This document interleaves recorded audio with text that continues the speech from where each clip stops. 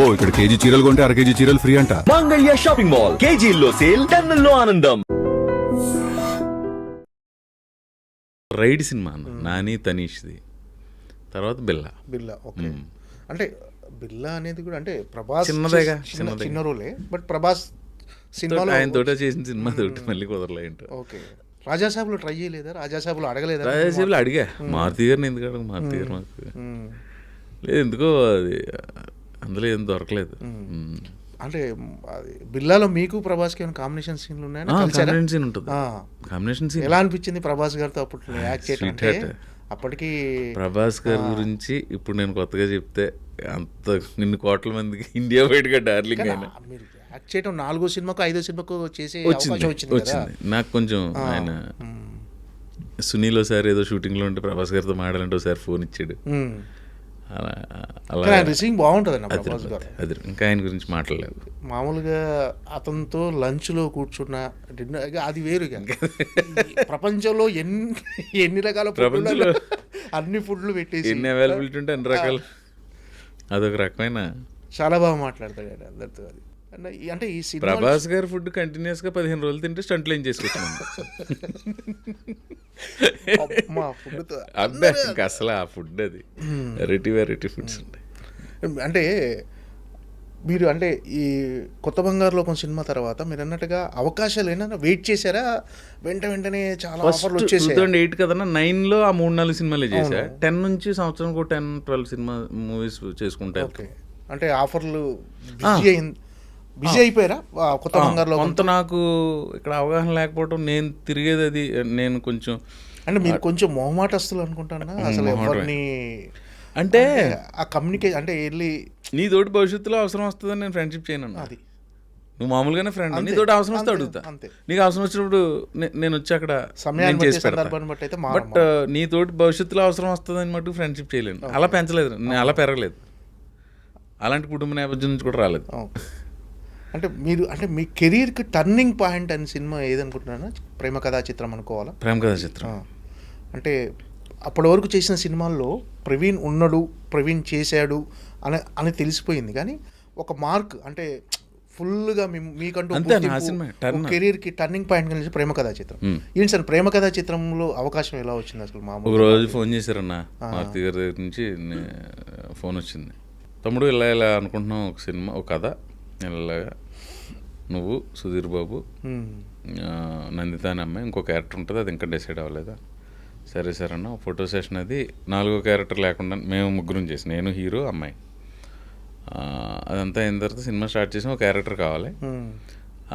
ఆ క్యారెక్టర్ మన ఏలూరు సీన్ చేయాలి. ఓకే. ఏలూరు సీన్ చేయాలి, సప్తగిరి క్యారెక్టర్. కొంత ఆయనకున్న బిజీ, ఆయన పిఆర్ఓగా బిజీగా ఉంటుందని తను చేయలేకపోయాడు, సప్తగిరి ఎంటర్ అయ్యాడు.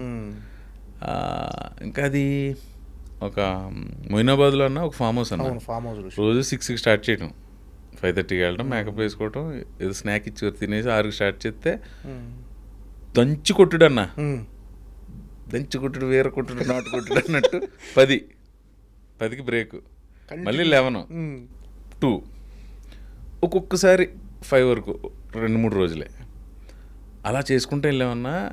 సుధీర్ బాబు కూడా బాగా ఒక అరగంట ముందర ప్రవీణ్, ఆయన కారు ఉండేది, ఆ వైట్ కలర్ కారులో కూర్చొని మేము ప్రాక్టీస్.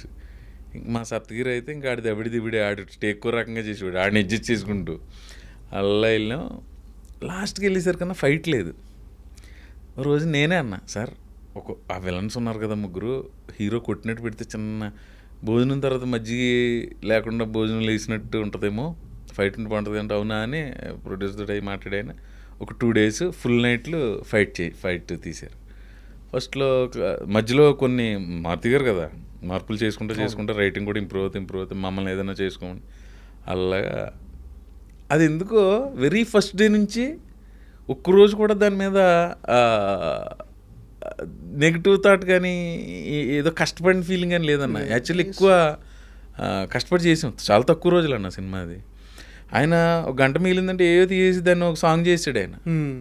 ఎప్పుడైనా టైం మిగులుతుంది కదా, మీరు అలా వెళ్ళండి, ఆ తోటలో నడుచుకుంటారండి, మీ ఇద్దరు చేయండి ఏదో చెప్పేసి ఆడుతూ అయిపోయింది సినిమా అంతా. ఒక సాంగ్ చేసాడు అన్న దాన్ని ఆయన.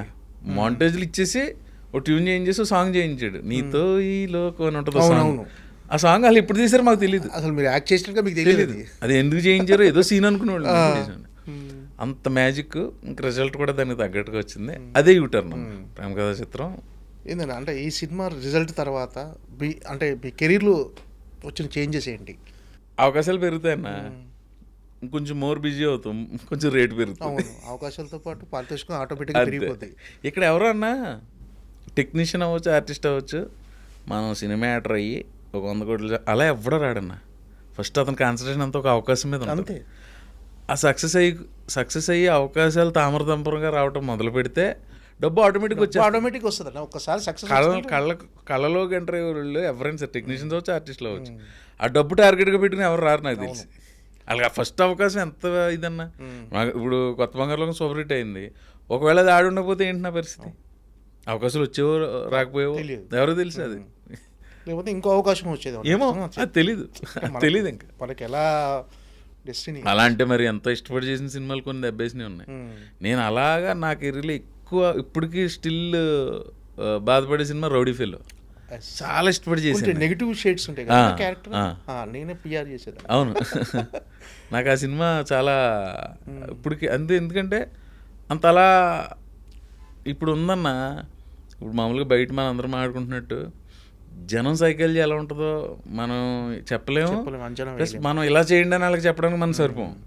కొత్త సినిమా వస్తుంటే ఓటీటీలో చూస్తున్నారు, రిలీజ్ చేస్తుంటే థియేటర్కి వెళ్ళి చూస్తున్నారు. 10 ఏళ్ళ క్రితం సినిమాని. ఖలేజా సినిమా అప్పట్లో నాకు అదే మంచి సినిమా, ఈ సినిమా ఆడకపోవడం ఏంటి అనిపించేది. మొన్న రిలీజ్ అయ్యి దొల్లగొట్టేసింది సినిమా. దొల్లగొట్టేసింది అసలు. అది థియేటర్లో కంటే టీవీలో ఎక్కువ టీఆర్పీలు అన్న. టీవీలో అన్నిసార్లు చూసిన తర్వాత కూడా థియేటర్లో అంత రెవెన్యూ చేసిందంటే మరి అంటే మరి ఎవరిని అడుగుతావు అన్న, అప్పుడు ఎందుకు చూడలేదు అని ఎవరిని అడగలేం కదా జనాలకు. అంతే అది జనాలకు. మొన్న బైరోంకి వెళ్ళినప్పుడు రోహిత్ గారు కలిస్తే రోహిత్ గారు ఇది రిలీజ్ ట్రై చేయొచ్చు కదా అని నేనే అన్నాను. అవును అనుకుంటున్నాం, ఒక ప్రపోజల్ ఉందని ఏదో అన్నాడు ఆయన. అవును, అది కృష్ణ చైతన్య గారి డైరెక్టరు. బాగా అంటే సినిమా బాగుంటుందన్న. కొన్ని మీరు అన్నట్టుగా కొన్ని సినిమాలు ఆడకపోతే మన క్యారెక్టర్ బాగుంటుంది, మనం ఎంతో ఎక్స్పెక్టేషన్స్ పెట్టుకుంటాం ఆ సినిమా మీద. అలా ఆడకపోయినప్పుడు ఏంటి డిసప్పాయింట్ అవుతారా? గ్యారంటీగా డిసప్పాయింట్ అన్న, గ్యారంటీగా డిసప్పాయింట్ అవుతాం. ఒక 2 నైట్లు సరిగ్గా నిద్ర పట్టదు. ఇంకోటి అన్న, నాకు తెలిసి చాలామంది ఆర్టిస్టులు ఫేస్ చేసేది, వస్తే గ్యాప్ వస్తుంది అన్న ఒక 1 వారం రోజులు. ఎప్పుడు తర్వాత వరుసగా 2 సినిమాలు వస్తాయి, ఏదో ఒకటే చేయగలం. అంతే, రెండిట్లో ఏదో ఒకటే చేయగలం. ఏది చూస్ చేసుకోవాలన్నా తెలియదు కదా మనకు. అప్పుడు ఒకటి చేసుకుంటాం అంతే. 2 హిట్ అయిపోతే నాకు ఎలా ఉంటుందంటే, బీయింగ్ అన్ యాక్టర్, నాకు 100 సినిమాలు రిలీజ్ అయితే 99 హిట్ అయిపోవాలన్నా. అంతే, 100%. అది కోరుకోపోతే ఇక్కడ ఎలా ఉంటాం? సో 2 హిట్ అయిపోతే ఓకే అన్న. నువ్వు సెలెక్ట్ చేసుకున్నది హిట్ అయ్యి నువ్వు వదిలేసింది యావరేజ్ అయినా కూడా ఓకే. ఇది పోయి అది హిట్ అయిందంటే ఆ డెసిషన్ తీసుకున్నందుకు మనమే తిట్టుకుని అబ్బా. ఇంకా అది ఒక్కొక్కసారి అలాంటి సిచ్యువేషన్ అంటే నేను 2 ఆడేసినట్లో ఉన్నానేమో. నేను ఫేస్ చేయలేదు. అలా లేదు అలా రిజెక్ట్ చేసింది ఏమి రిజెక్ట్ చేసే పరిస్థితి కూడా రాలేదండి. ఏదో కింద మీద పడి చేసుకుని చేసాం.